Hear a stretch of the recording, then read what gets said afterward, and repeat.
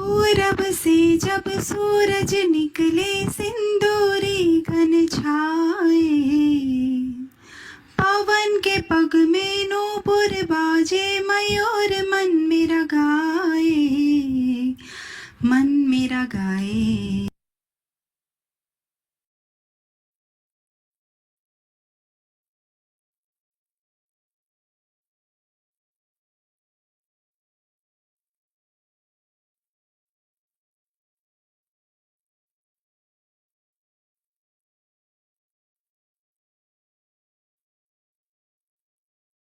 प्रार्थना से शुरुआत करते हैं।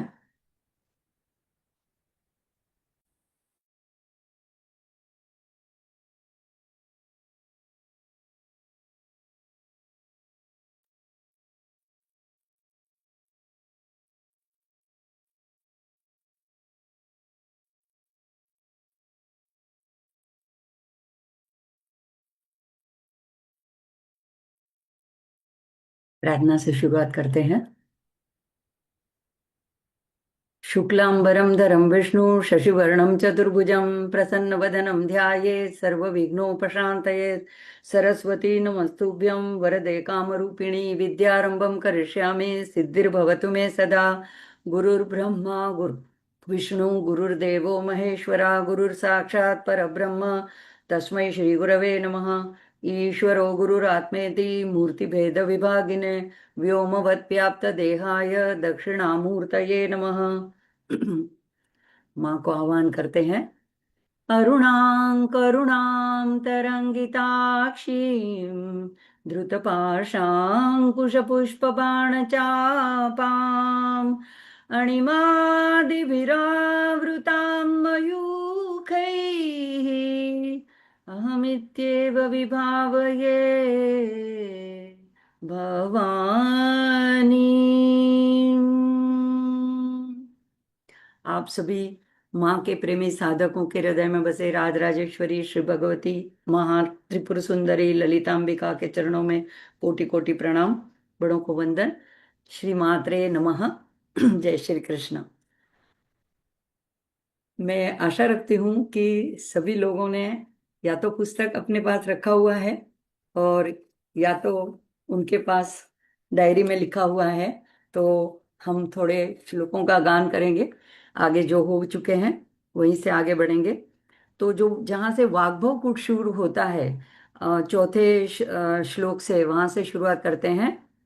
ओम ऐं ह्रीं श्रीं चंपकाशोकपुन्नाग सौगंधिकलसत्कचा कुरुविंदमणिश्रेणी कनत्कोटीरमण्डिता अष्टमी चंद्रविभ्राज दलिकस्थलशोभिता मुखचंद्रकलङ्काभ मृगनाभिविशेषका वदनस्मरमाङ्गल्य गृहतोरणचिल्लिका वक्त्रलक्ष्मी परिवाह चलन्मीनाभलोचना नवचंपकपुष्पाभनासा दण्डविराजिता ताराकांति तिरस्कारी नासाभरणभासुरा कदम्ब मंजरी कृप्त कर्णपूर मनोहरा ताटंकयुगलीभूत तपनोडुपमंडला पद्मरागशिलादर्श परिभाविकपोलभूः नवविद्रुम बिंबश्री न्यक्कारिरदनच्छदा शुद्ध विद्यांकुराकार द्विजपंक्ति द्वयोज्वला कर्पूरवीटिकामोद समाकर्ष दिगंतरा निज सल्लाप माधुर्य विनिर्भत्सित कच्छपि मंदस्मित प्रभापूर मज्जत कामेश मानसा। तो यहाँ तक हमने देख लिया था।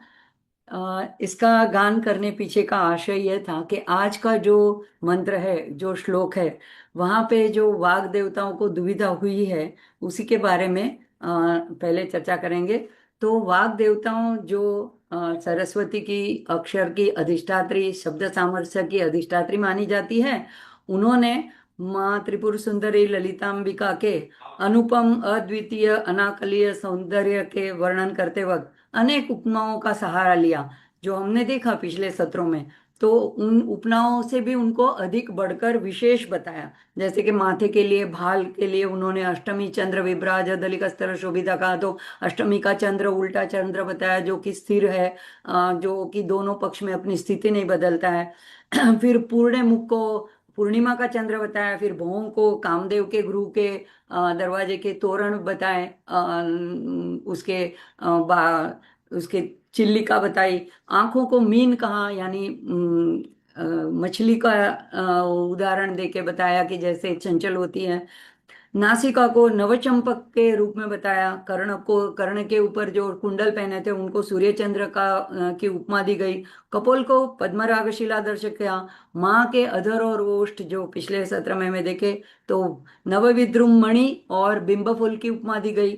तो सृष्टि में जो भी चीजें हैं, आकाशीय तत्व है जैसे कि तारे, सूर्य चंद्र, या फिर पृथ्वी ऊपर है जो वनस्पति है, फूल पौधे हैं, कमल या नवचंपक या दाढ़ी में कुसुम प्रभा आगे आएगा, तो ऐसे उपमाएं दी गई। उसके बाद में समुद्र में से जो मोती रत्न मिलते हैं उसकी भी उपमा दी गई। अब क्या हुआ कि आगे आगे दंत पंक्ति की बात आई तो वहां पे कह दिया कि ये श्री विद्या के स्वरूप है दंत पंक्तियां। अब उसमें से जो वाणी सल्लाप निकलती है वो तो वेद वाणी है, और वो सभी को दिगंतर में यानी दिक्पालों को सबको आकर्षित करती है। अब यहाँ तक तो उनको एक न एक उपमाएं सूझती गई। अब ये 8 वाग देवताएं हैं, जैसे कि वशिनी, कामेश्वरी, मोदिनी, विमला, जया, फिर अरुणा, मोदिनी, सर्वेश्वरी, कौलिनी। तो ये सारी 8 मिलकर एक दूसरे से सलाह मशवरा करके एक ना एक उपमा ढूंढ निकालती थी। अब आके जब बात आई कि माँ का जो स्मित है, मंद स्मित, उसको कौन सी उपमा दी जाए, तो तब उनको थोड़ा संकोच हुआ कि इसकी तो कोई उपमा नहीं है। तब उन्होंने ये कह दिया कि कामेश्वर जो है वो माँ के ऐसे मंद स्मित में मुग्ध होकर उसमें डूब गए, उसमें सुध बुध भूल गए। अब देखो ये तो चरम सीमा हो गई। अभी कामेश्वर की उपमा दे दे दी कि उस वो भी उसके मोहित हो गए। अब इसके आगे जब चिबुक की ठोड़ी की बात आई तो वो दोनों जो 8 वाग देवता हैं थोड़ी सी एक दूसरे के साथ में देखने लगी कि अब इसको क्या उपमा दी जाए। तो हम इसका अब आगे देखते हैं कि ये आगे के श्लोक में अभी अ, वाग देवताएं क्या वर्णन करती हैं। तो इस अनाकलित सादृश्य चिबुक श्री विराजिता, कामेश बद्ध मांगल्य, सूत्र शोभित कंधरा। तो पहला जो चरण है 12वें मंत्र का, 12वें श्लोक का, अनाकलित सादृश्य चिबुक श्री विराजिता। तो अनाकलित यह एक शब्द जो उन्होंने जोड़ी के लिए प्रयोजित किया है। सारे ललिता सहस्त्रनाम में और भी आगे उपमाएं आएगी, लेकिन ठोड़ी के लिए उनको कोई उपमा न मिली तो उन्होंने अनाकलित कह दिया। तो हम इसका अर्थ देखते हैं, शाब्दिक अर्थ देखते हैं। कहीं कहीं जगह में मुझे जो पूरे अर्थ नहीं प्राप्त हुए तो मैंने उसको भावार्थ के रूप में लिया है। तो अनाकलित यानी एक आकलन जिसका किया नहीं जाता, जिसको समझ नहीं सकते, जो अज्ञात है, जो अवर्णनीय है, जो अतुलनीय है, जो अनुपम है। सादृश्य यानी तुल्य, उसके समान, उसके बराबर। चिबुक यानी ठोड़ी। और श्री, ये इसको और भी उपमा दी गई है चिबुक के लिए।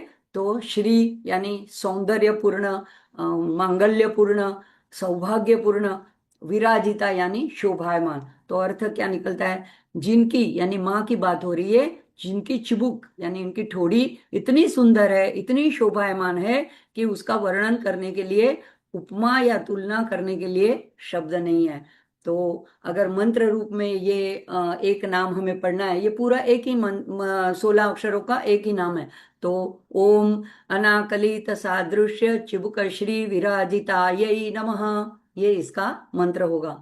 तो अब इसका देखेंगे कि विशिष्ट अर्थ क्या होता है। ये तो हो गया शाब्दिक अर्थ। तो देखो, जैसे ये जो जिनके पास सारे शब्द है, अ से लेके ज्ञा तक, जिनके पास शब्द सामर्थ्य है, जो कि सरस्वती की विभूतियां हैं, और ये 8 जो वाग देवता हैं, अगर जिनको माँ ने ही कहा है कि मेरे बारे में आप वर्णन करो, जो माँ से घिरी हुई रहती है, माँ के आसपास रहती है, माँ को हमेशा निखारती रहती है, अगर वो भी माँ की चेहरे का और ठोड़ी का वर्णन नहीं कर पाती है, तो हम तो उसके सामने कुछ भी नहीं है। तो भी हम अपना प्रयत्न करते हैं। तो यहाँ पे जो है अनाकलित, तो कहते हैं कि माँ आपकी जो ठोड़ी है वो अतुलनीय, सुंदरता से अनुपम, अद्भुत, अवर्णनीय, जितने भी आप शब्द इसको लगाओ लेकिन कमी पड़ेंगे। तो ये कहते हैं कि इनका वर्णन करना असंभव है, हमारे सामर्थ्य के बाहर की बात है। तो ये सामर्थ्य जताते हुए घोषित कर देती है सातों छह आठों मिलके कि ये अनाकलित है। तो सौंदर्य लहरी में भी जब शंकराचार्य, ये जो परम विद्वान माने जाते हैं, तत्ववेत्ता माने जाते हैं, इन्होंने भी जब वर्णन करना शुरू किया, इन्होंने भी सौंदर्य लिखी। दो विभाग है, पहला है आनंद लहरी, बाद में पीछे का है सौंदर्य लहरी, पूरे को सौंदर्य लहरी कहते हैं। तो वहां पे चेहरे का पहले तत्व का वर्णन है, बाद में जब पूरे विग्रह का वर्णन शुरू किया तो उन्होंने भी कह दिया कि इसकी तुलना नहीं कर सकते, अप्रमेय है।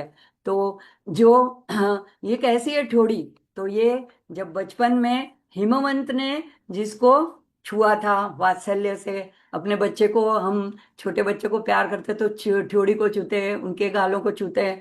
फिर जब पति के रूप में कामेश्वर ने अत्यंत स्नेह से उनको छुआ था, और जो भक्तों पर अनुग्रह करती है, तो ऐसी जिसे माँ के भक्त माँ की इस अनुपम सौंदर्य की प्रशंसा में कहते हैं कि ये उपमा रहित है, इसको कोई उपमा हम दे ही नहीं पाते हैं।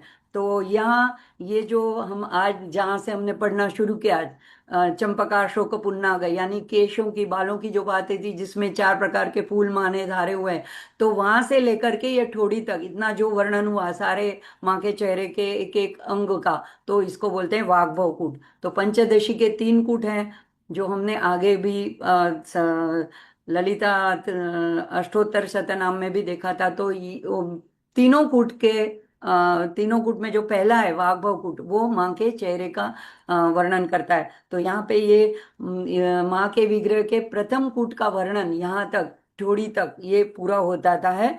और शंकराचार्य भी जिसको नहीं वर्णन कर सकते हैं, तो हम क्या करेंगे। तो ये यही दर्शाता है कि माँ के सौंदर्य की सर्वश्रेष्ठता, यानी क्योंकि वो महाराग्नी है, रानियों की भी, महाराजा साम्राज्यों की भी साम्राज्ञी है, महासाम्राज्ञी है। तो और श्री चक्र राज निलया आगे आएगा नाम। तो चक्र, श्री चक्र जो है सब मंत्रों का राजा है, जिसमें सारे 102 देवता समाये हुए हैं, मतलब सारों की पूजा समाहित हो जाती है।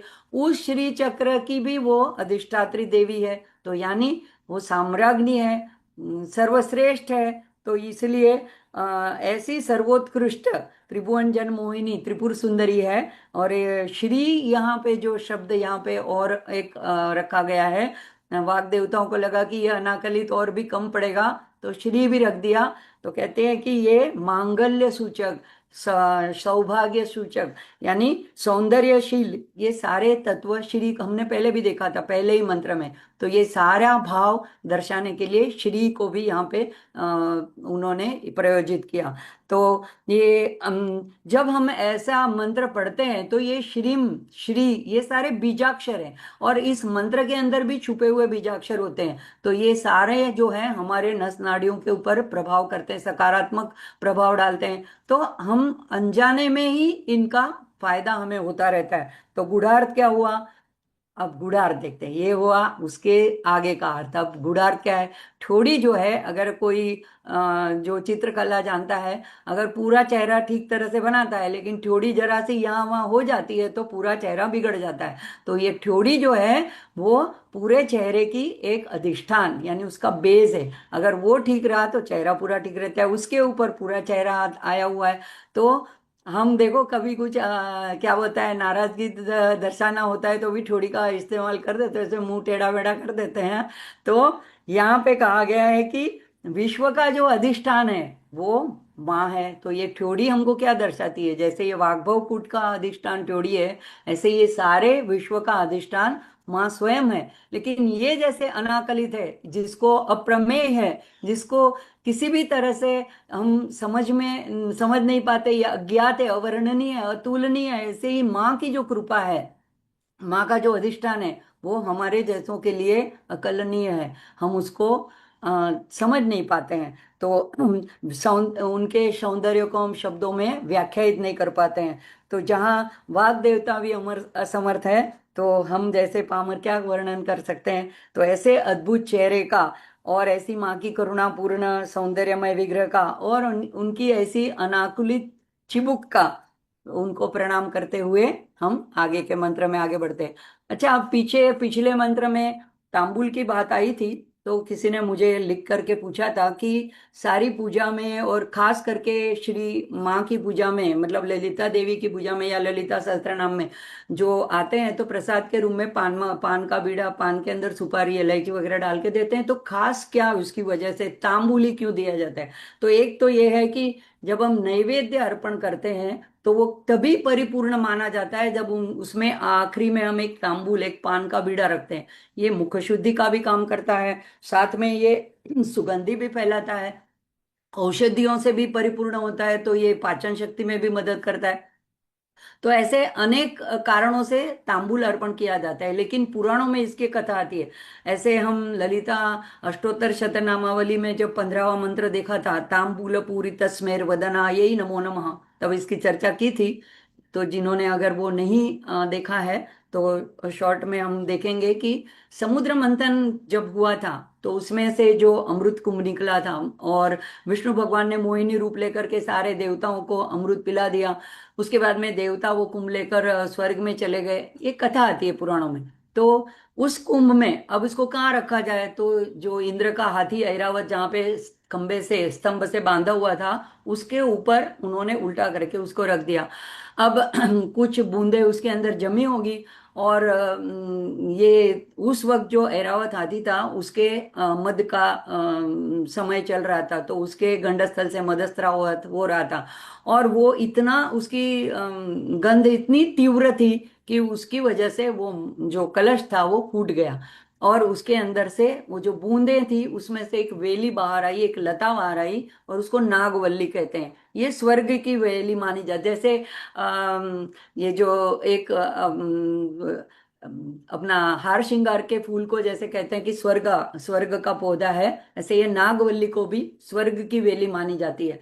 तो वहां पे देवताओं को उस पान का स्वाद और उसकी औषधीय गुण इतने भाए, तो वो उनको अति प्रिय होने लगा, और इस वजह से अब इसके प्रतीक रूप में हम भी यहाँ पे माँ को उसके अंदर और सारी औषधीय गुणों वाली कर्पूर विटिका, जिसके बारे में पिछले सत्र में बात की थी, तो वो सारे औषधि पूर्ण चूर्ण अंदर रख करके बीड़ा बना के उसके ऊपर एक लवंग लौंग लगा करके माँ को अर्पण करते हैं। और जो हम अगर मानसिक पूजा भी करते हैं तो उसमें हम सब तो उपचार करते नहीं, तो 5 उंगलियों से हम 5 तत्वों की बात करते हैं, लेकिन बाद में हम सर्वोपचारार्थे, तब दोनों हाथ जोड़ करके बोलते हैं सर्वोपचारार्थे तांबूल आदि सर्वोपचारान समर्पयामि। तो उसमें सबसे पहला शब्द आता है तांबूल, यानी और कोई कोई चीज, जैसे राजोपचार षोडशोपचार में और बहुत सारी चीजें आती है, षोडशोपचार में और 16 चीजें आती है। अभी शिव जी का श्रावण महीना चला है, तो श्रावण सोमवार के दिन जो भी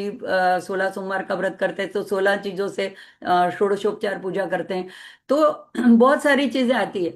और राजोपचार में तो नृत्य वगैरह और भी चीजें समाविष्ट होती है, तो प्रदक्षिणा दक्षिणा, तो ये अगर नहीं भी अगर बोलते हैं, लेकिन तांबूल जरूर बोला जाता है। तांबूल आदि, आदि में फिर जो कुछ आपको ऐड करना है, अब मुकुट, पादुका, चामर, ऐसे जो भी और ऐड करना है आप ऐड कर सकते हैं। तो ये तांबूल जो है देने से माँ का नैवेद्य परिपूर्ण होता है। तो ये किसी ने पूछा था नागवल्ली के बारे में, तो इसके लिए हमने थोड़ी सी चर्चा कर ली। आगे का हम इसका दूसरा चरण देखते हैं।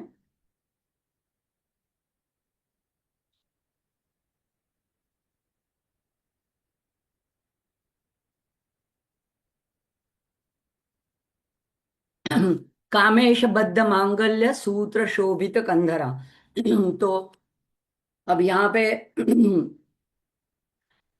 कामेश्वर, कामेश कामेश्वर को कहते हैं शिवजी द्वारा कामेशबद्ध, बांधा गया।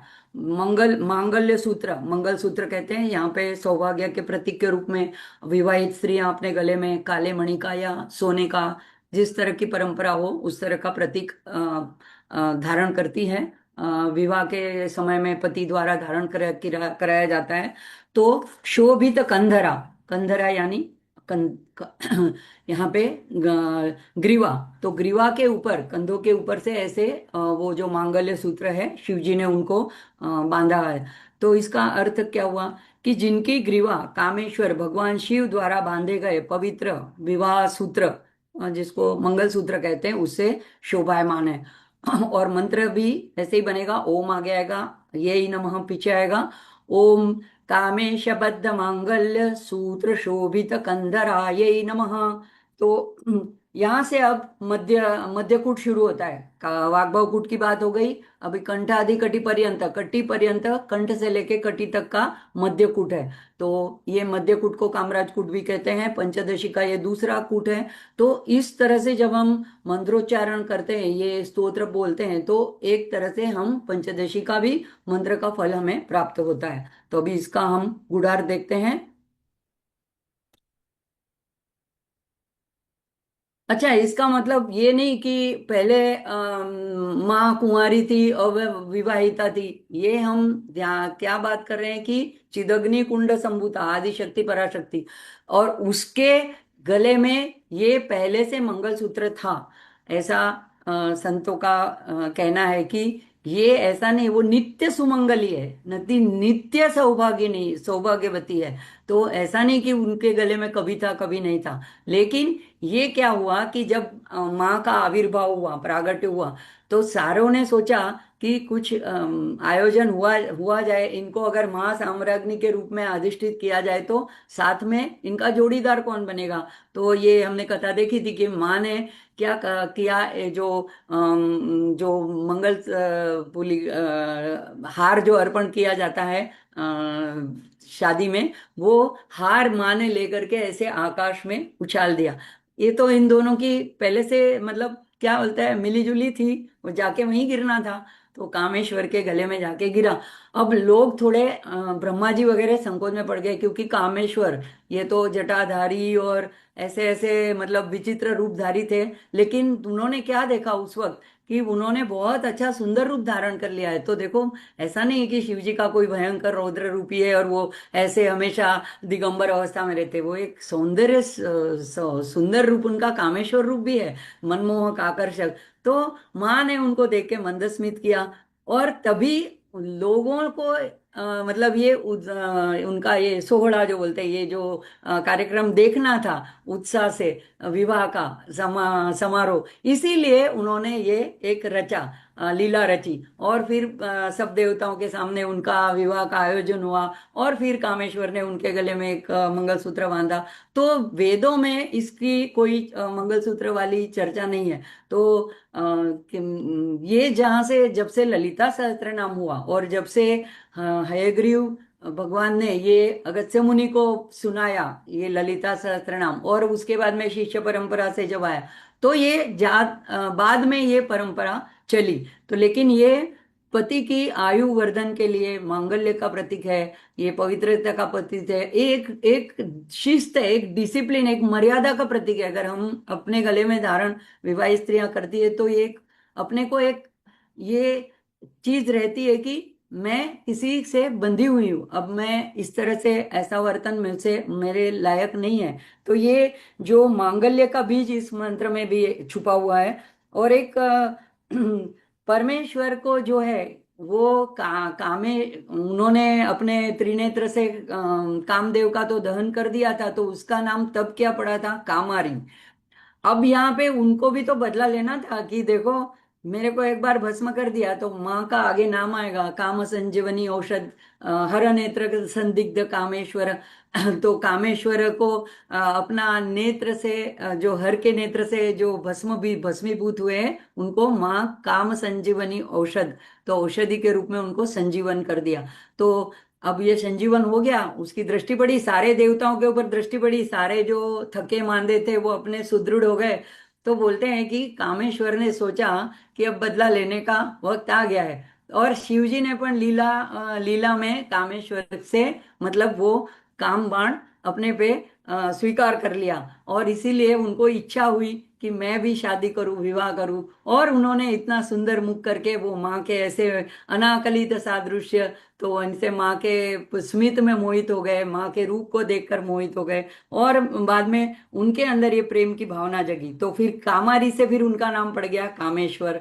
तो कामदेव ने सोचा कि मेरे प्रभु ने मेरी बात मान ली, तो फिर कामेश्वर कामदेव जो है उस उन्होंने भी काम अपने इच्छाओं के देवता के रूप में कामेश्वर को अपना ईश्वर माना, अपना गुरु माना। और जो कादि विद्या आदि विद्या कहते हैं, तो सारे मंत्र जो पंचदशी के अलग अलग उनके भक्तों ने जो सिद्धों ने रचे, उसमें कामदेव ने भी मंत्र आदि विद्या में पंचदशी का रचा है। तो ये ऐसा संसार में इसके बाद में ये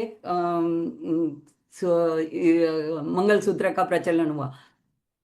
अब देखो दूसरी एक कथा ऐसी भी आती है कि ललिता अष्टोत्तर शतनामावली में भी ऐसा ही नाम हमने देखा था, गिरीशबद्ध मांगल्य नित्य मंगलायै नमो नमः। तो इस मंत्र द्वारा वहां पे एक ये जो साउथ के हैं करुणामय स्वामी, वो ऐसा भी कहते हैं, वहां पे ऐसी भी एक कथा चलती है कि जो हलाहल प्राशन करना था, तो देखो दोनों पति पत्नी में इतना प्रेम था कि एक दूसरे को पूछे बिना कोई बात नहीं करते थे। मतलब कुछ भी डिसीजन लेना होता था, इसीलिए तो शिव शक्ति रूपेण कहते हैं, एक दूसरे के साथ इतना समाहित है। तो उन्होंने पूछा कि मैं ये हलाहल ले लूं, तो जैसे हमने पिछली बार बात करी थी, तो क्यों उनके रक्षा हुई, तो कहते हैं सौंदर्य लहरी में कि क्योंकि माँ के गले में मंगलसूत्र था, उस मंगलसूत्र की शक्ति से अपने पति की आयुवर्धन और उनको कोई हानि न होए, ऐसी एक उनकी रक्षा हुई। तो ऐसा इसीलिए मैंने तो यहाँ तक देखा है कि हम लोग जब किसी वक्त कोई टेस्टिंग के लिए गए थे हॉस्पिटल में, तो वहाँ पे एक साउथ इंडियन लेडी आई थी, और उनको भी सारे मतलब गहने वगैरह निकालने को बोला, तो उन्होंने कहा कि मंगलसूत्र मैं नहीं निकाल सकती आजीवन। तो उन्होंने क्या कहा कि ऐसे ऊपर करके, ऊपर सर के ऊपर ऐसे उठा के बांध दिया, एक्सरे निकालने का था, लेकिन उन्होंने गले से नहीं उसको मतलब निकाल के बाहर नहीं किया। तो ये एक शक्ति होती है एक स्त्री में, विवाह स्त्री में, कि मैंने जब तक मंगलसूत्र धारण किया है तो मेरे पति की रक्षा होती रहेगी। तो अब हमें अपनी परंपराओं का भी बोध देता है। तो देखो ललिता शास्त्र में बहुत सारी बातें आती है। तो ये अभी जो हम पश्चिमीकरण में और उसके प्रभाव में आते हुए अपनी परंपरा को बिंदी लगाना, ये ऐसे मांगल्य के सूचक प्रतीकों को अपनाना, ये अपना बंधन समझते हैं। ये बंधन नहीं है, रक्षा सूत्र है। जैसे हम पूजा करते हैं तो हमको ब्राह्मण हथेली में रक्षा सूत्र बांधते हैं, तो उसको हम बंधन नहीं समझते हैं। तो ये अगर विवाह बंधन है तो ये एक रक्षा है, एक दूसरे के प्रति निष्ठा का प्रतीक है। तो यहाँ पे इस स्तोत्र में हमें उन भूले हुए संस्कारों की भी और उसकी पवित्रता की और विशिष्टता की भी याद दिलाता है। और माँ स्वयं अपने उदाहरण से हमें ये सूचित करती है कि इस पवित्र रिश्ते की कदर करो, और हम बंधन नहीं है, ये रक्षा सूत्र है, ये माँ हमें सूचित करती है। अब हम आगे के श्लोक पे बढ़ते हैं।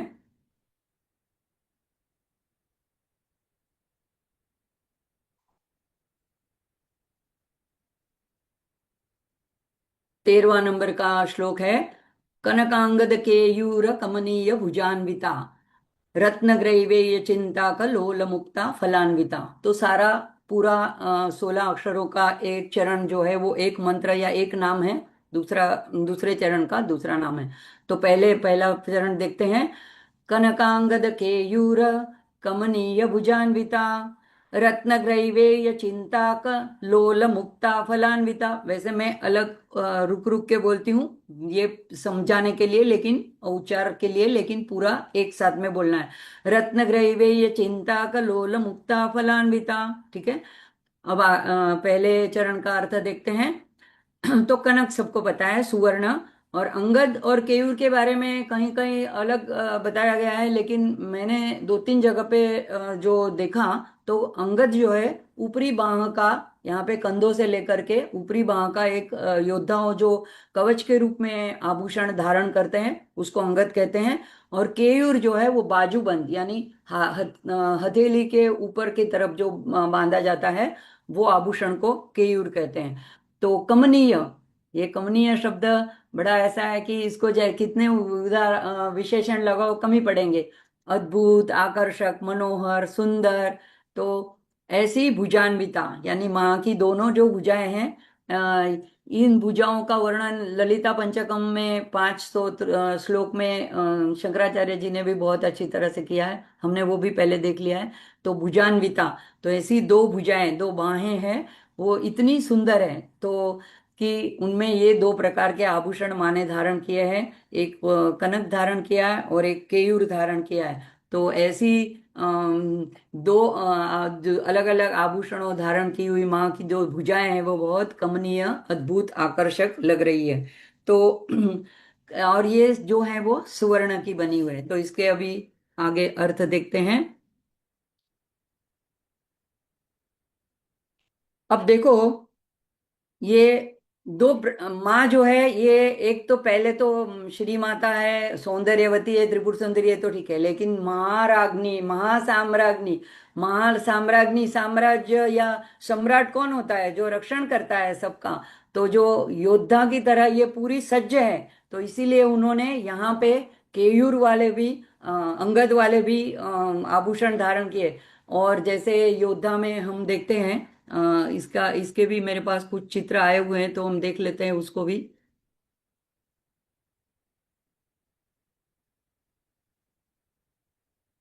देखिए, ये बाला त्रिपुर सुंदरी है, उसके यहाँ पे कंधों में एक आभूषण है और बाहों में यहाँ पे अगर सौम्य स्वरूप है तो कंगन है, और अगर योद्धा स्वरूप है तो वहां पे केयूर नाम का आयुध आता है। तो ये ऐसे थोड़े कुछ चित्र मुझे मिले हैं। तो कनक के अंगद द्वारा, और तो ये दोनों अभय और वरद, दो मुद्राओं की भी बात इसमें समाहित होती है।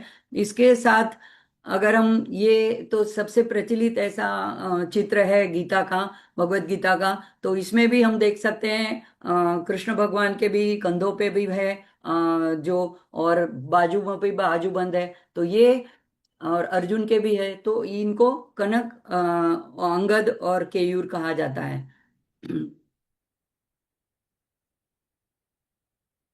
अब माँ का ये दोनों प्रकार के आभूषण धारण धारण करने का गूढ़ार्थ क्या है? तो ये कहते हैं कि एक तो जिनकी बाहों में ये अंगद रूप ऐसा जो धारण किया हुआ है आयुध, तो ये शक्ति का, सामर्थ्य का, वीरता का, एक योद्धा की तरह, योद्धा का ऐसा हमको एक प्रतीक दिखता है कि माँ ऐसी है। और क्यों? क्योंकि सारे दैत्यों का संहार करने के लिए उन्होंने हमेशा ऐसे वात्सल्यपूर्ण, ममतामयी ऐसा स्वरूप धारण नहीं करना है। कभी क्रोध भरा, कभी दुर्गा रूप, कभी ललितांबिका बन के चक्रराज, श्री चक्र पे आरूढ़ होकर के भंडासुर का वध करने के लिए भी उनको जाना पड़ता है। और हमारे अंदर भी जो दुष्प्रवृत्तियां हैं, दुर्विचार है, हमारी जो विकार है, षड रिपु है, उनको भी अगर हनन करना है तो माँ को एक योद्धा की तरह करना पड़ता है। देखो, एक माँ होती है, अगर बच्चों को अच्छी आदत या शिस्त डालनी होती है तो वात्सल्यपूर्ण होती है, साथ में कड़क शिक्षक भी होती है।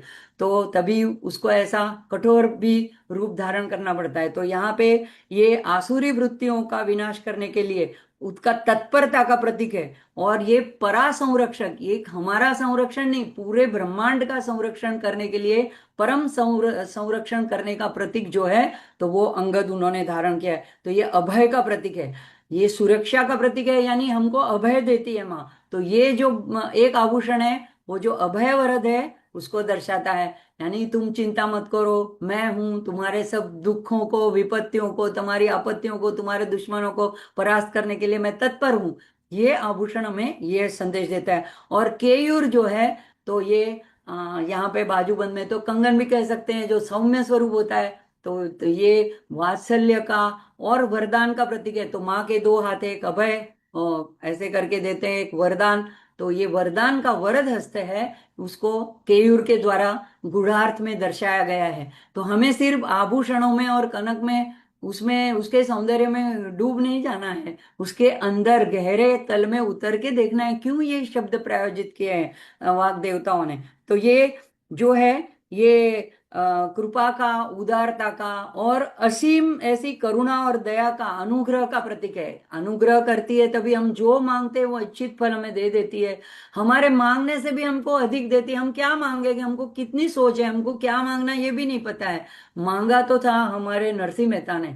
तो जब शिव जी प्रसन्न हुए, अभी श्रावण महीना चल रहा है तो मुझे याद आती है, जब उनके सामने जूनागढ़ में गोपनाथ के महादेव के मंदिर में 7 दिन तक उन्होंने भूखे प्यासे शिव जी की आराधना की, और शिव जी प्रसन्न हुए, प्रकट हो गए, और उन्होंने कहा कि मांगो, तुम क्या मांगते हो, तुम्हें क्या चाहिए। देखो ये नरसिंह भक्त इतना भोला, उसे ये भी नहीं पता था कि मुझे क्या चाहिए, और वो उसकी कोई मांग ही नहीं थी, तो उसने क्या कहा, हमारे गुजराती में ऐसे कहा, तमने वल्लभ होए आपो, मतलब आपको जो प्रिय है वो मुझे दे दो। अब भगवान सोच में पड़ गए कि मुझे क्या प्रिय है, क्योंकि भगवान को ऐसा तो नहीं होता कि ये प्रिय है और ये अप्रिय है, ये तो हमारा सामान्य जनों की बात है, प्रियता अप्रियता। फिर भगवान को बहुत सोचना पड़ गया, फिर भगवान ने सोचा, हाँ कृष्ण की रास लीला मुझे प्रिय है, वो देखने का मुझे मन होता है। तो फिर भगवान उनको भी गोपी बना के अपने साथ लेके गए, और धाम में कृष्ण के और सदे लेके गए, और उनको रासलीला का दर्शन करवाया, तो ये परम वैष्णव बन गए। और कृष्ण के आजन्म उनके इतने उन्होंने गुणगान किए, तो डोंगरे महाराज अपनी कथा में बताते हैं कि उनके पूरे जीवन काल में 32 कार्य शिव कृष्ण ने डायरेक्ट आके या इनडायरेक्ट ऐसे उनके जीवन के जो कार्य थे, उनकी लड़की का विवाह हुआ, उसके बाद में उसका मामेरा करना था, या जो भी कार्य थे, वो उनके गले में, जो उनको जेल में डाल दिया था जुनागढ़ के राजा में, तो वो वहां से वो ला करके उनके गले में वो हार डाला, या उनके मतलब उनके जीवन में जब जब भी उनकी उन्होंने किसी को जो एक वो लिख देते हैं हुंडी, मतलब यहाँ पे हम पैसे दे दे, वहां पे आप द्वारिका में जाके ले लेना, तो द्वारिका में वो जब व्यापारी जाते हैं, तो वहां पे कोई ऐसा शामड़ा जी करके कोई एक आदमी ही नहीं था, कोई व्यापारी नहीं था, तब भगवान वो रूप लेकर के आए और उसकी हुंडी स्वीकार कर ली, उसको पैसे की जरूरत थी। तो देखो ऐसे भक्त जो होते हैं वो मांगना क्या है, वो कुछ नहीं मांगते हैं कि मुझे, मैं गरीब हूं, मुझे पैसा दे दो, मुझे ये दे दो, नौकरी दे दो, कुछ नहीं, आपको जो अच्छा लगे वो मुझे दे दो। तो यही हमने सीखना है, हम भगवान से कह के हमें आपकी प्रीति चाहिए बस, हमें और कुछ नहीं चाहिए। अगर भगवान ही हमको मिल गया है, तो उनका जो कुछ साम्राज्य है वो सब हमारा ही हो गया ना, छोटी छोटी पीछे चीजें क्यों मांगते रहे। तो ऐसे मंत्र जप करने से हमें भी जो माँ के गुण है, वीरता के, शक्ति के, सामर्थ्य के, उदारता के, करुणा के, तो ये सारे इस मंत्र के जाप से इन गुणों का भी हमें हमें माँ वरदान दे देती है। तो माँ की शक्तियों से हम जुड़ जाते हैं, और भक्तजनों को माँ अमित शक्ति प्रदान करती है। तो रक्षा तो करती है, लेकिन उनमें ऐसा सामर्थ्य दे देती है कि उनके शरण में जो आते हैं, आप सप्तशती के मंत्र में देखो, जो भक्तों के शरण में आते हैं उनको भी आश्रयदाता वो हो जाते हैं, जो माँ के भक्त होते हैं। तो अगर हम गुरु की शरण में हैं, और गुरु अगर माँ के परम भक्त हैं, तो हमको चिंता करने की जरूरत नहीं है। हम अगर नहीं भी कुछ प्रार्थना करते हैं, हम सिर्फ उनकी शरण ले लेते हैं, तो हमारी रक्षा हो जाती है। तो दूसरों की रक्षा करने का सामर्थ्य भी माँ माँ तो रक्षा करती है, लेकिन अपने भक्तों को दूसरों का रक्षा रक्षा करने का भी सामर्थ्य देती है, दे देती है। तो ऐसे भक्तों को शाश्वत कीर्ति की प्राप्ति होती है। और ये सारा गुणार्थ इन दोनों आभूषणों में गर्भित है। तो ललिता अष्टोत्तर शतनामावली में भी ऐसा एक नाम हमने देखा था, कनकांगद के युरभूषिता यही नमो नमः। अगर आपको रिफ्रेश करना हो तो ये हमारी जो चैनल है मीर भाई की, उसमें तन्मय शिवन संकल्पमस्तु में जाके ललिता अष्टोत्तर शतनामावली के आगे के श्लोक देखेंगे, तो पैरेलल आपको समझ में आ जाएगा कि वहां पे भी ऐसा ही वर्णन हमें प्राप्त होता है। तो अब देखो कनक क्यों बार बार आता है। तो कनक यानी सभी धातुओं में सर्वश्रेष्ठ, उत्कृष्ट, और भी कुछ बोल सकते थे, या कनक मिटा भी सकते थे, लेकिन कनक खास यूज करते हैं। इसको कभी जंग नहीं लगता है, यानी ये कभी, इसकी चमक कभी फीकी नहीं पड़ती है, और जितना इसको तपाओ उतना वो शुद्ध होता है, इतना निखरता है, इसकी अशुद्धि, इसका मैल निकल जाता है। ये हमें क्या सूचित सूचित करता है, अगर हमको माँ ऐसी कोई परिस्थिति देती भी है जिससे हमको कुछ कठिनाई हो, कुछ तपना पड़े, कुछ हमें तपाते भी है, तो ये हमारे अंदर के विकार, हमारे अंदर की इच्छा वासनाएं, मैल को दूर करने के लिए, जिससे हम और खरे सोने की तरह तप के बाहर। मैं छोटी थी, मुझे कभी कभी बहुत आश्चर्य लगता था, सच कहूं तो मुझे नरसिंह मेहता समझ में ही नहीं आता था। मैंने कहा कि मेरे पिताजी को कि ऐसे कैसे, इतना भगवान के भक्त हो, उनको इतनी सारी आपत्तियां क्यों आनी चाहिए, तो फिर भक्ति का क्या फायदा है, और भगवान प्रसन्न हो इसका क्या फायदा है उसको। लेकिन ऐसी बात नहीं है। तो ये तो धीरे धीरे मैच्योरिटी आती है तो पता चलती है कि जब कोई भक्तों को तपाता है तब तो वो शुद्ध सोना होके बाहर आता है, वो अविचल रहता है, तभी तो उसकी वर्षों तक अमर हो जाता है वो, उसके शरीर शांत होने के बाद में भी उसकी सुवास फैली रहती है, उसकी कीर्ति फैली रहती है। तो ये, नहीं तो कोई हमारे जैसे कितने आए गए कोई जानता भी नहीं, और ऐसे कितने राजा महाराजा आए गए कोई जानता नहीं। हाँ, कंपलसरी 10th तक हमारा हिस्ट्री होता है तो हमें उसका थोड़ा आंसर लिखना पड़ता है, तब तक याद रखते रखते हैं, बाद में कोई नहीं याद रखता है। तो लेकिन ऐसे जो भगवान के भक्त है उसको हमेशा लोग याद रखते हैं। तो ये कहते हैं कि हमको जीवन में ऐसी संघर्ष विपत्ति आएगी, दुख आपत्ति आएगी जो हमें जलाएगी, हमें तपाएगी, तो हमारा आत्म तत्व जो है वो सुवर्ण की तरह शुद्ध होकर निकलेगा, और वो ऐसा उभर के बाहर आएगा। तो जो ऐसा कनक जैसा उत्कृष्ट सर्वश्रेष्ठ हमको बनाता है, ऐसी तपाने वाली परिस्थितियां कभी कभी हमें माँ देती है, तो उसमें भी हमको पवित्र करना, शुद्ध करना, हमें स्वच्छ करना, निर्मल करना, यही माँ की भावना होती है। हमारे कल्याण की भावना उसमें समाहित होती है।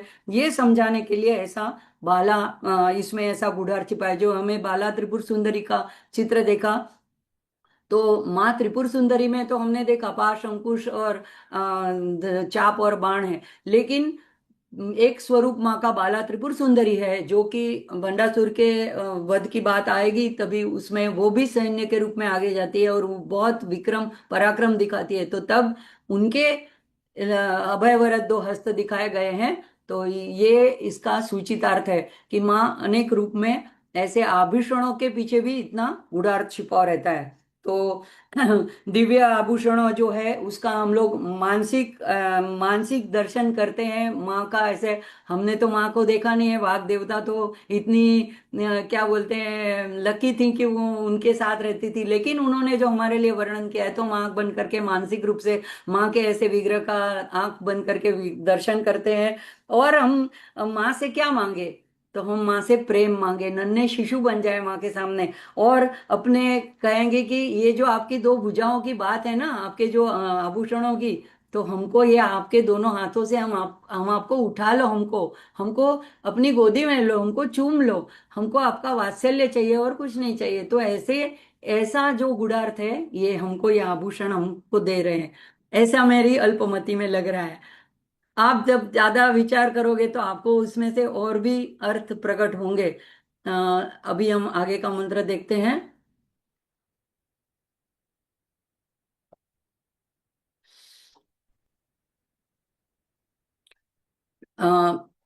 रत्न ग्रैवेय चिंता, हाँ उसका दूसरा चरण है, रत्न ग्रैवेय चिंता का लोल मुक्ता फलान्विता।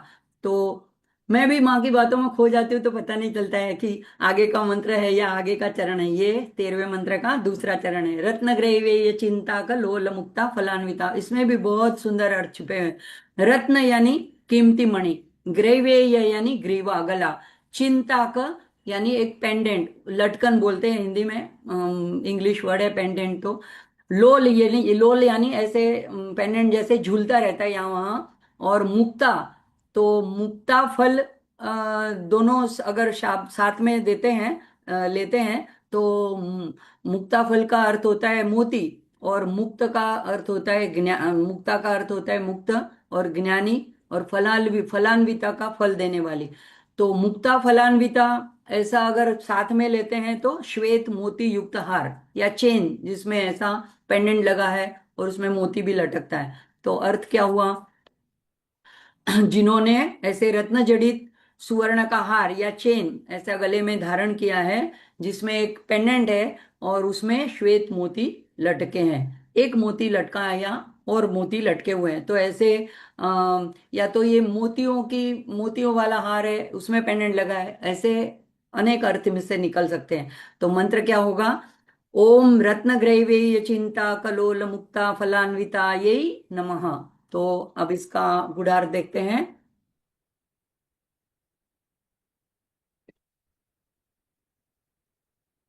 देखो, अब जब भी जप करते हैं तो कहाँ से जप होता है, परा पश्यंती वैखरी, लेकिन वाणी से निकलता है, कंठ से निकलता है आवाज, नहीं तो कभी कभी देख गला बैठ जाता है तो हम कहते हैं मेरी आवाज नहीं निकलती, मेरा गला बैठ गया है। क्यों, अगर होठों से निकलती है तो फिर गला बैठने से क्या संबंध है, लेकिन हम क्या बोलते हैं, हम गुजराती में बोलते हैं सात बेसी गयो છે, तो तब हमारी आवाज नहीं निकलती। तो जो कंठ से होता है, तो एक तो जप होता है, ये जप करने के लिए का स्थान है, यहाँ से मंत्रों का जप। तो रत्न जो यहाँ पे मणि दिया है, तो ये जप करते हैं तो कंठ से जो ध्वनि आती है वही मंत्र है, वो मंत्र जो है वही मणि रूप है। तो वो जो है वो लटका हुआ है माँ के गले में हार बन के। और प्रत्येक जो माँ के आभरण है, आभूषण है, देखो हमने जैसे देखा केयूर का और अंगद का, ऐसे माँ के जितने भी आभूषण है उसके एक गुणार्थ होते हैं। ऐसा नहीं कि वाग्देवता कोई ऐसी पागल नहीं थी कि सामान्य स्त्री के ऐसे आभूषणों का वर्णन करती जाए, और कोई देखो माँ कितने आभूषणों अलंकार पहनते हैं, हम तो ऐसे नहीं, हम तो कम में भी चला नहीं, इतने सारे आभूषण हम लद के नहीं रहते, इनके सारे गुणार्थ होते हैं। तो ये एक एक मंत्र छिपे होते हैं और उसके अंदर के गहरे अर्थ छिपे होते हैं।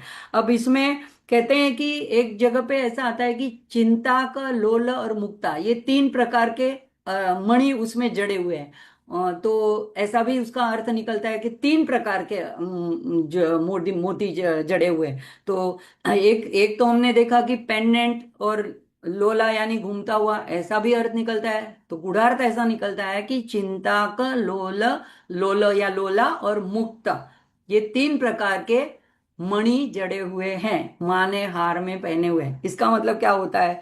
तो यहाँ पे लोला यानी क्या है, लोलक जैसे बोलते हैं, यहाँ वहां घूमना। तो माँ के जो है तीन प्रकार के ऐसे भक्तों का यहाँ वर्णन किया गया है जिन्होंने माँ ने धारण किया है। कौन से? तो पहले लोला, तो एक निम्न कैटेगरी के बोल सकते हैं कि जो जिनका मन यहाँ वहां घूमता रहता है, लेकिन रिचुअल से है, हाँ रोज मैंने ललिता सहस्त्रनाम एक बार बोलना है या इतने स्तोत्र बोलना है, अभी शिव का चल रहा है श्रावण महीना, तो मैं महिमना एक बार बोल लेना है तो बोल लेना है। तो मन चाहे भटकता हो, वाणी से कंठ से सिर्फ ग्रैव्य ही है, यहाँ पे से सिर्फ मंत्रोच्चार होता रहता है, तो उसको लोला बोलते हैं। अभी ऐसा नहीं कि माँ ने इन लोगों को भी डिस्कार्ड कर दिया, निकाल दिया है। जैसे गीता में भगवान ने 7वें अध्याय में क्या कहा था, तीसरे श्लोक में, मनुष्याणाम सहस्त्रेषु। तो इतने हजारों, सहस्त्र वहां पे करोड़ के अर्थ में दिया है, तो हजारों करोड़ों लोगों में कोई एकाधा जो है वो मुझे तत्व से जानने की चाह रखता है, इच्छा करता है। और ऐसे जो मेरी चाह रखने वाला है उसमें भी एक सिद्ध होता है जो मुझे तत्व से जान लेता है। तो ये तो बात है कि कोई एक ऐसा ज्ञानी बन जाता है। लेकिन फिर आगे चल के उन्होंने कहा कि ये जो मेरे चार प्रकार के मेरे भक्त हैं, तो एक तो पहले है कि अर्थार्थी, जब हमको कुछ पैसों की जरूरत पड़ती है, धन संपत्ति की, नौकरी की, तो लोग जल्दी तुरंत बोलते हैं ये मंत्र जाप करो इससे जल्दी हो जाएगा। तो कोई बोलेंगे 40 डेज तक ललिता सहस्त्र नाम करो। तो अगर नहीं भी ललिता का अर्थ जानता है, ललिता को जानता भी नहीं, तो भी कोई इससे फायदा हो रहा है तो करने को शुरू कर देते हैं। तो एक तो होते हैं अर्थार्थी, एक तो होता है आर्त, यानी दुख जब पड़ता है, कुछ आपत्ति आती है, कोई संकट आता है, कोई अभी बीमारी आ गई, अभी उसमें से कोई इलाज नहीं मिल रहा है, या तो वो भगवान की शरण में चले जाते हैं, तो आर्त बोलते हैं। एक जिज्ञासु जो भगवान को जानना चाहता है कि भगवान कौन है, कैसा है, उसके बारे में उसको कुछ ज्यादा जानकारी चाहिए, तो जिज्ञासु। और ज्ञानी यानी जिसको कुछ भी नहीं चाहिए, कोई आशा आकांक्षा कुछ नहीं, सिर्फ भगवान की अनन्य भक्ति प्रेम के लिए सिर्फ भगवान का भजन करता है। जैसे कि हमने नरसिंह मेहता की, मीराबाई की, तुकाराम, ज्ञानेश्वर, ऐसे कितने भक्त महाराष्ट्र में, सब पूरे भारत में और प्रदेश में भी हुए हैं, जो सिर्फ अनन्य भक्ति से भगवान से प्रेम करने के लिए सिर्फ भगवान को भजते हैं। लेकिन तभी भी भगवान ने क्या, ये चारों प्रकार के भक्तों को गीता में क्या उदारा, यानी ये श्रेष्ठ है। और कहा कि सुकृतिनो, सुकृतिनो यानी ये सत्कर्म करने वाले, यानी सबको भगवान ने एक्सेप्ट किया है और सभी को जो जो इच्छा है वो उनको पूरा कर देते हैं। तो यहाँ पे भी माँ का एक आता है फलान्विता, फलान्विता से मतलब है कि सबको फल देती है। लेकिन अब दूसरे जो है चिंतक, का अर्थ ऐसा बताया है कि जो चिंतन भी करता है, जैसे अभी हम लोग कर रहे हैं कि अर्थ बोलते तो हैं लेकिन अर्थ समझने का भी प्रयत्न करते हैं। तो ये है कि जब हम छोटे होते हैं तो हमारे घर में जो बड़े होते हैं वो कह देते हैं कि चलो ये सुबह में ये श्लोक बोलो, खाना खाते वक्त ये बोलो, मंदिर में जाते तो ये बोलो। तो अगर हम अर्थ नहीं भी जानते हैं तो भी हम, कहा है ना मम्मी ने, तो बोल लेते हैं। किसी के कई कई घरों में मैंने महाराष्ट्र में ये देखा है कि शाम के वक्त अगर राम रक्षा स्तोत्र नहीं बोलते तो खाना नहीं मिलेगा। ऐसे जो बड़े होते हैं, बुजुर्ग बोलते हैं, तो लोग बोलने बैठ जाते हैं। तो ऐसे हमारे घर में भी शाम को 7 बजते हैं तो कुछ दिया बत्ती होती है, तो प्रार्थना हो जाती है। तो तब हम लोला की परिस्थिति में होते हैं, हमारा ध्यान होता है नहीं भी होता है, यहाँ वहां देखते हैं, बेल बजी, कोई आया गया, किसने क्या पहना है, क्या किया है। लेकिन वहां से वो एक श्रेणी है, वहां से हम आगे चलते हैं तो अभी चिंता के स्तर पे आते हैं। तो फिर हम सोचते हैं कि नहीं नहीं, अभी अर्थ भी जानना चाहिए, अर्थ पता चलेगा तो और भी आनंद आएगा। तो चिंतक जो है वो चिंतन करते हैं। तो ये बात नहीं कि वो सभी इच्छाओं से मुक्त हो गए, हाँ उनकी कोई इच्छा भी हो सकती है। और ये भी नहीं, देखो अगर मांगना है तो क्या हम पड़ोस वालों से मांगने जाएंगे क्या? ऐसे रामकृष्ण परमहंस को किसी ने पूछा था, सिख थे कोई, तो बोले कि उनके लीलामृत में आता है कि बोलते हैं कि आप क्या हर बार मांगते रहते हो, माँ माँ करके माँ के पास मांगते रहते हो? तो उन्होंने कहा, अरे अपने माँ बाप से नहीं मांगेगी तो क्या सामने वाले मोहल्ले के पास वालों के पास मांगने जाएंगे क्या? तो ये बात है, मांग भी सकते हैं। लेकिन धीरे धीरे हमारा जब चेतना का स्तर बढ़ता है, हम थोड़े और परिपक्व होते हैं, या हमारी कोई जवाबदारियां पूरी पूर्ण होती जाती है, तो फिर हमें समझ में आता है कि ठीक है, ये सब अब पूरा हो गया, अब इससे आगे का हायर हमें सोचना चाहिए। अब हमें इच्छाओं से पर, इच्छा की मुक्ति, परिपूर्णता नहीं, इच्छा निर्मूल हो जानी चाहिए, ये स्टेज पर हमें जाना चाहिए। तो ये जो चिंतन करता है वो चिंतक है। और जो मुक्ता है वो उत्तम श्रेणी का साधक है। हम नहीं है अभी मुक्ता, लेकिन हम उस दिशा में चल पड़े हैं। तो पहले अगर हम धार्मिक थे, बाद में आध्यात्मिक हुए, तो अब धीमे धीरे हम ज्ञान ज्ञान की ओर, इस अध्यात्म के पथ के ऊपर चल रहे हैं, एक एक कदम आगे बढ़ रहे हैं।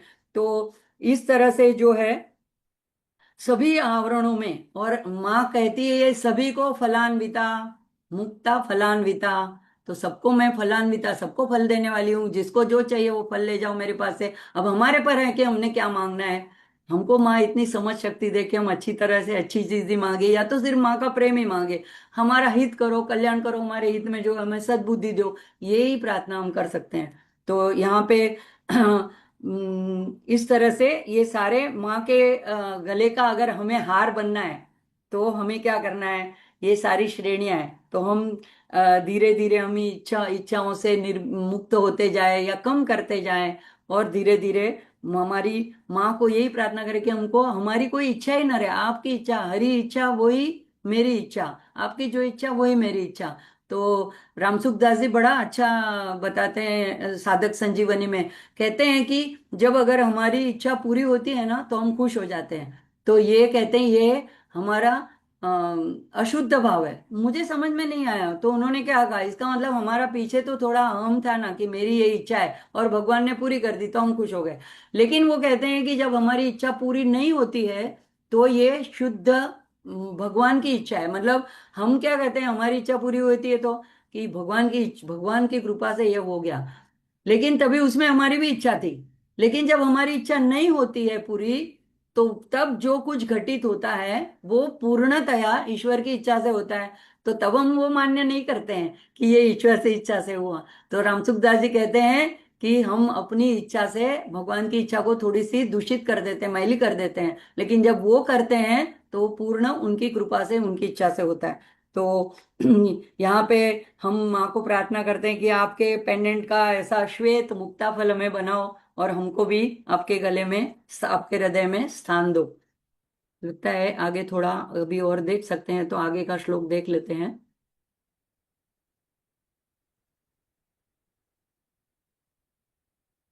हाँ, 14वां श्लोक है, कामेश्वर प्रेम रत्न मणि प्रतिपणस्तनी, नाभ्या लवाल रोमाली लता फल कुचद्वयी। तो ये बहुत इसका एक अर्थ देख लेते हैं पहले। दोनों दोनों मंत्र, दोनों चरण एक एक मंत्र है। कामेश्वर प्रेम रत्न, ये क्या हुआ, सॉरी, ये दूसरा बटन हो गया।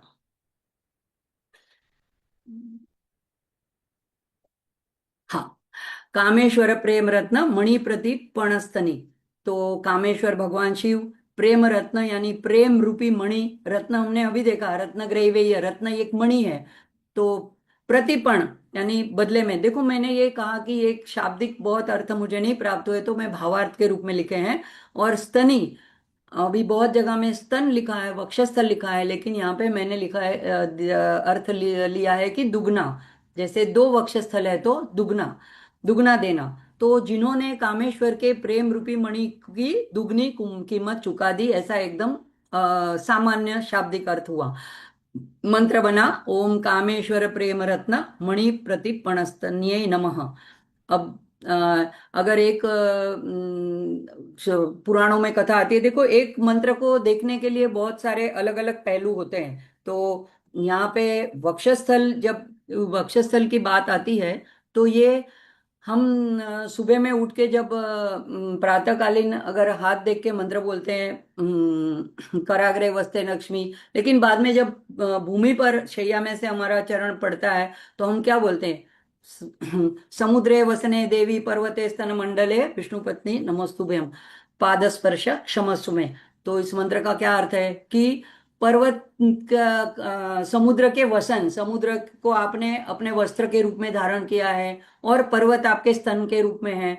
तो यहाँ पे भी स्तन की बात आई है। तो ये हम किसकी बात कर रहे हैं? ये एक हार्ड मांस की बनी हुई एक युवती की बात नहीं कर रहे हैं। ये हमें पहले ध्यान में रखना चाहिए। एक विश्व रूप, अनंत रूप, जो चिदग्नि कुंड से, ज्ञान के अग्निकुंड से जो प्रकट हुई है, ऐसी जो विश्वव्यापिनी है, ऐसी जो श्री माता है, इसकी हम बात कर रहे हैं और वाग देवता उसका वर्णन कर रहे हैं। तो इसमें सारे गर्भितार्थ होते हैं। तो ये जो आ, ये यहाँ पे श्री माता की बात आती है और उनके वक्षस्थल की बात आती है, तो वक्षस्थल जो है ये पोषण का, पालन का, प्रेम का, वात्सल्य का ऐसा प्रतीक है। तो इससे बहुत सारे इसके गहरे अर्थ निकलते हैं। ये मातृत्व का भी प्रतिनिधित्व करते हैं और सृजनात्मक ऊर्जा, ऊर्जा की भी पूर्णता करते हैं। देखो एक स्त्री जब मातृत्व को धारण करती है तभी तो वो पूर्ण स्त्री बनती है। तो ये सृजनात्मकता की, ऊर्जा की भी पूर्णता का प्रतीक है।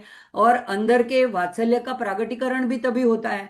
और उनके वक्षस्थलों को सूर्य और चंद्र भी माना गया है। तो ये अमृत का भी प्रतीक है और शक्ति का भी, ऊर्जा का भी प्रतीक है, पोषण का भी प्रतीक है। तो सारी सृष्टि उनसे, इन दोनों वक्षस्थल से ऊर्जा प्राप्त करते हैं, जीवन प्राप्त करते हैं। और बुद्धि और ज्ञान का प्रतीक भी है। सूर्य जो है बुद्धि और ज्ञान का प्रतीक है।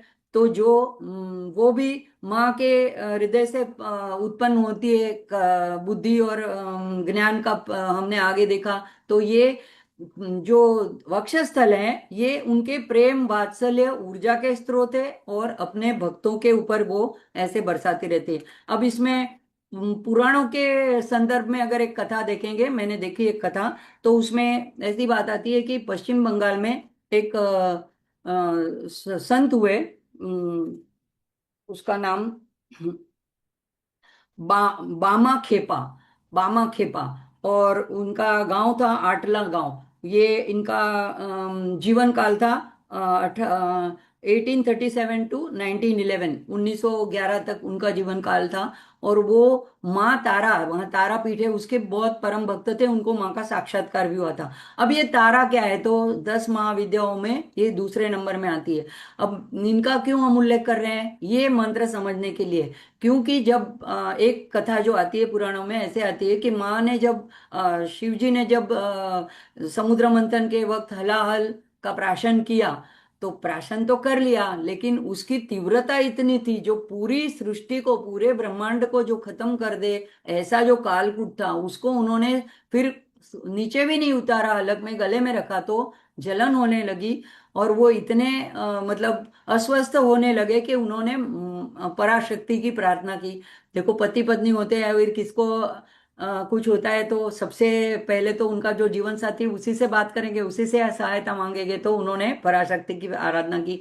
अब तब पराशक्ति ने ये जो महाकाली रूप में ये तारा का, माँ तारा का स्वरूप धारण किया और इतना विराट स्वरूप लिया और शिव जी को अपनी माया से, योग माया से उन्होंने शिशु बनाया। अब आप कहोगे ऐसे क्यों कैसे हुआ? तो दत्तात्रेय की कथा में भी तो आता है, ये जो अगर एक सामान्य स्त्री, मनुष्य, ये जो अगर त्रिदेव को बना देती है शिशु और स्तनपान कराती है और वहां पे पालने में झुला सकती है, तो फिर माँ आदि शक्ति पराशक्ति क्यों नहीं कर सकती है? तो उन्होंने शिव जी को शिशु रूप बनाया और अपना स्तनपान कराया, अपना वक्षस्थल से उनको सीने से लगा के उनको दुग्धपान कराया। तो माँ तो अमृतमयी है, उनके अंदर से अमृत बहता है।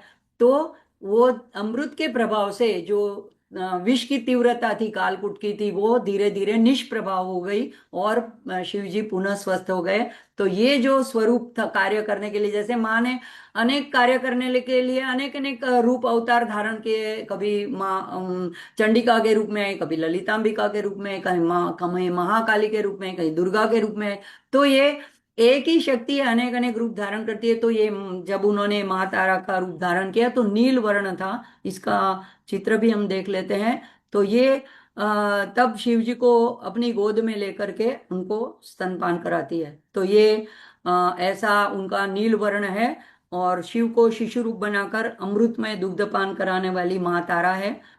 तो ये यह श्लोक माँ की इस सर्वोत्कृष्ट मातृत्व, मतलब जो देवों के देव महादेव है, अगर वो उनको भी शिशु बना देती है और उनको उनका भी दुख दूर करती है, तो हम तो सब उनके बालक ही है। तो पराशक्ति जो है, तो ये ऐसी मतलब है कि सबके ही दुख दूर करती है। तो देवों के देव महादेव को भी कभी कभी कुछ आपत्ति आ जाती है तो माँ उनका भी कर देती है। तो ये आ, उनकी सर्वोच्च करुणा और सुरक्षा और मातृत्व का ये प्रतीक है। और इसलिए अगर हमें कथा क्या कहती है कि अगर हम कोई विपत्ति हमारे जीवन में उत्पन्न होती है, तो हमें ये जरूर दृढ़ श्रद्धा भक्ति रखनी चाहिए, दृढ़ विश्वास रखना चाहिए कि अगर उन्होंने महादेव के भी लिए भी इतना रूप धारण किया और उनकी भी विपदा दूर की, तो क्या हमारी तो बहुत छोटी विपदा होती है, उनकी इतनी बड़ी भी नहीं है, तो भी क्या नहीं दूर करेगी। तो जैसे हनुमान जी का हनुमान अष्टक में बोलते हैं, कौन सो संकट मोर गरीब को, जो तुम सो नहीं जाते डारो, बेगी हरो हनुमान महाप्रभु, जो कछु संकट हो हमारो। मुझे तो हनुमान अष्टक बहुत पसंद है। मुझे कभी भी छोटा भी कुछ आता है संकट या विपदा, तो मैं जरूर भगवान को याद दिलाती हूँ कि आपने इतने बड़े बड़े कार्य कर दिए, तो मेरा कौन सा संकट आपके इतनी महान शक्ति के सामने हिसाब में। तो बेग ही हरो हनुमान महाप्रभु, जो कुछ संकट हो हमारो। तो ये सारी एक ही शक्ति है, अनेक उसके रूप है। तो ये ज्ञान का अमृत का ऐसा जो पान कराती है। तो अगर हम ऐसे शिशु स्वरूप बन जाए, देखो हर एक व्यक्ति जो है कामेश्वर है, उसके अंदर परम चैतन्य है। और जो पुरुष और प्रकृति से हमारा शरीर बना है, प्रकृति से भी बना है, अंदर भगवान ने भी गीता में कहा परा और अपरा दोनों मेरी प्रकृति है। तो जीव रूप से हम पराशक्ति है, उनका अंश है। तो हम अगर एक शिशु की तरह ऐसे माँ को प्रेम करते हैं जैसे इन्होंने प्रेम किया, तो कामेश्वर प्रेम रत्न मणि प्रतिपणस्तनी। तो सामने हमको दुगना प्रेम मिलता है, दुगनी शक्ति मिलती है, दुगना वरदान मिलता है। माँ हमारी भक्ति से हमको और ज्यादा देती है। और इसका और जो मुझे लगता है इसका और एक ज्यादा गूढ़ार्थ है। 5-7 मिनट अगर आप लोग सहन कर सकते हैं तो ये हम इतना एक गूढ़ार्थ कंप्लीट कर लेंगे। तो देखो ज्ञानी लोग जो है वो तो माँ की आराधना सिद्ध योगी करते हैं, तो लेकिन हमारे जैसे सामान्य लोग क्या कर सकते हैं? तो इसका एक अर्थ, आध्यात्मिक अर्थ ऐसा निकलता है कि शिव जी जो है परम चैतन्य है, परम ब्रह्म है। तो परम ब्रह्म का प्रतीक वेदों में क्या दिया है? ओम। तो शिव जी को अगर कोई आराधना करता है ज्ञानी, तो ओमकार मंत्र से करता है, ओम ओम का जप करता है। लेकिन हम जैसे सामान्य लोग क्या करेंगे? ओमकार का जब वहां तक कैसे पहुंचेंगे? हमका आना अंदर का अनाद अनाद कैसे सुन पाएंगे? तो माँ ने करुणा करके उसके सामने दो मंत्र दे दिए, तो एक के बदले में दो दिया। कौन से दो मंत्र दिए? तो माँ ने रिम और श्रीम। तो शिव जी ने प्रेम करके एक मंत्र दिया ओमकार का, तो माँ ने प्रति प्रणस्तनी दो दुगना करके दो मंत्र करुणा करके वात्सल्यमयी है। तो रिम जो है उसमें ह र ई और चंद्र बिंदी ऊपर का बिंदु आता है, तो ह जो है शिव का प्रतीक है, र जो है शक्ति का प्रतीक है, तेज का प्रतीक है, और ई जो है महामाया का प्रतीक है, और बिंदु जो है दुख हरण है। तो वहां पे शिव शक्ति रूप है रिम। ये रिम माँ का एक भुवनेश्वरी का माया बीज कहा जाता है, शिव शक्ति रूप का मंत्र कहा जाता है। तो हम जैसे सामान्य लोग रिम का मंत्र जाप कर सकते हैं। जैसे ललिता त्रिशती में 300 माँ के नाम है, मंत्र है, उसमें पंचदशी के ऊपर ये आधारित है, और पंचदशी के 15 जो बीजाक्षर है उसमें एक एक के ऊपर 20-20 मंत्र है। तो हर एक कुट में तीनों कुट में रिम शब्द आता है, तो रिम के वहां पे 60 मंत्र है, 20-20-20, 300 के अंदर 60 मंत्र रिम के। तो अगर कभी हम आगे ललिता त्रिशती देखेंगे तो रिम का विस्तृत अर्थ जानेंगे। लेकिन सामान्य अगर अर्थ देखेंगे तो ये शिव शक्ति दोनों की आराधना एक में समाहित है, शिव शक्ति रूप ये मंत्र है। तो ये दोनों को प्रार्थना है कि हमारे दुखों का आप हरण करें। अच्छा, दूसरा श्रीम है। श्रीम ये महालक्ष्मी का मंत्र है। तो रिम और श्रीम दो माने मंत्र दिए हैं, दो शक्ति प्रणव कहे जाते हैं। ओम वेदों का प्रणव है और ये शक्ति प्रणव है। तो इसमें श र ई तो महालक्ष्मी नारायणी, र धन ऐश्वर्य, और इम तुष्टि पुष्टि, और बिंदु दुखहरण। तो ये महालक्ष्मी रूप में माँ को ये मंत्र जो है जप करने से हमको धन ऐश्वर्य तुष्टि पुष्टि और दुखों का विनाश, ये हम हमारी कामना पूरी होती है। तो श्री यंत्र के ऊपर इस मंत्र से भी नवरात्रि में और वैसे भी पूजन होता है। ओम श्रीम ह्रीम श्रीम कमले कमलालय प्रसीद प्रसीद, श्रीम ह्रीम श्रीम ओम महालक्ष्मी नमः। तो श्रीम ह्रीम श्रीम से संपुटित कर करके कमले कमलालय प्रसीद प्रसीद, मेरे पर प्रसन्न हो, और श्रीम ह्रीम श्रीम महालक्ष्मी नमः। तो ये हम सब लोग बिना दीक्षा से भी इसका पूजन रचन कर सकते हैं। तो ये माँ की कितनी करुणा है। शिव जी ने एक मंत्र दिया, एक प्रणव दिया, माँ ने उसके सामने करुणा करके वात्सल्य में ये तो हमारे जैसे सामान्य जनों के लिए दुगना करके दो प्रणव मंत्र दिए। तो रिम से भी हम मंत्र जाप कर सकते हैं, श्रीम से कर सकते हैं, इस मंत्र से कर सकते हैं। तो इस तरह से माँ का इसमें गुणार्थ यही है कि माँ के सीने में यह अर्थ, वक्षस्थल में अनाहत में ललित हृदय ललिता देवी कवच में आता है। माँ का स्थान हम लोग ललिता का हृदय ललिता कहते हैं जब कवच की धारणा करते हैं तब। तो यहाँ पे ये मंत्र जाप करके हम सुरक्षा की मांग से मांग कर सकते हैं, तुष्टि पुष्टि धन संपत्ति जो कुछ है श्रीम में सब कुछ आ गया। तो ये सब सौभाग्य मांगल्य ऐश्वर्य धन, तो ये एक मंत्र में सारा कुछ हम समा जाता है। तो माँ जो है करुणामयी है, भोग और मोक्ष दोनों दायिनी है। तो ये सौंदर्य लहरी में शंकराचार्य भी कहते हैं कि आप भवानी त्वम करके अगर आगे वक्त शब्द भी नहीं बोलते हो तब भी माँ पूरा वाक्य, अभी हमने बोला भी नहीं कि आप हमारे पे कृपा करो, भवानी त्वम आधा वाक्य बोला है तो माँ हमको सायुज्य पद दे देती है। तो ऐसी माँ को नमन करते हुए आज की सेवा अर्पण करते हैं। थोड़ा समय ज्यादा हो गया, क्षमा चाहती हूँ। पूर्णाहुति के लिए शांति मंत्र की प्रार्थना करेंगे। ओम पूर्णमद पूर्णमिदं पूर्णात् पूर्णमुदच्यते पूर्णस्य पूर्णमादाय पूर्णमेवावशिष्यते। ओम शांति शांति शांति। हरि ओम श्री गुरुभ्यो नमः। हरि ओम। मीर भाई को सबका आभार मानती हूँ, अर्चना दीदी का, जागृति बहन का, और आप सभी साधकों का, और माँ का तो विशेष आभार कि जो कुछ मति थोड़ी दी है उसी से जो कुछ अर्थ मेरी समझ में आता है मैं आपके सामने रख रही हूँ। और आप इससे भी ज्यादा विचार करके और भी अर्थ जान सकते हैं। ये नहीं कि इतना सीमित अर्थ इसका नहीं है, इसका अनंत अर्थ है। मैंने सिर्फ अपनी अल्प बुद्धि से जो मेरी समझ में है वो आपके सामने रखा है। श्री मात्रे नमः। धन्यवाद चेतना बेन और आप सभी सत्र में उपस्थित भक्तवृंद का धन्यवाद। जय श्री कृष्ण। आइए शनिवार के दिन भगवान हनुमान जी का कीर्तन करें। पवन तनय संकट हरन मंगल मूर्ति रूप, राम लखन सीता सहित हृदय बसौ सुर भूप, सियावर रामचंद्र की जय, उमापति महादेव की जय, बोलो भाई सब संतन की जय।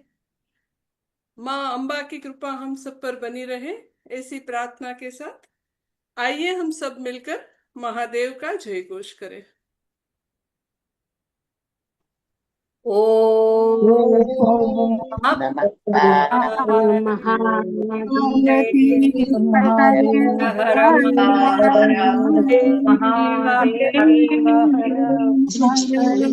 हर हर महादेव। हर हर महादेव।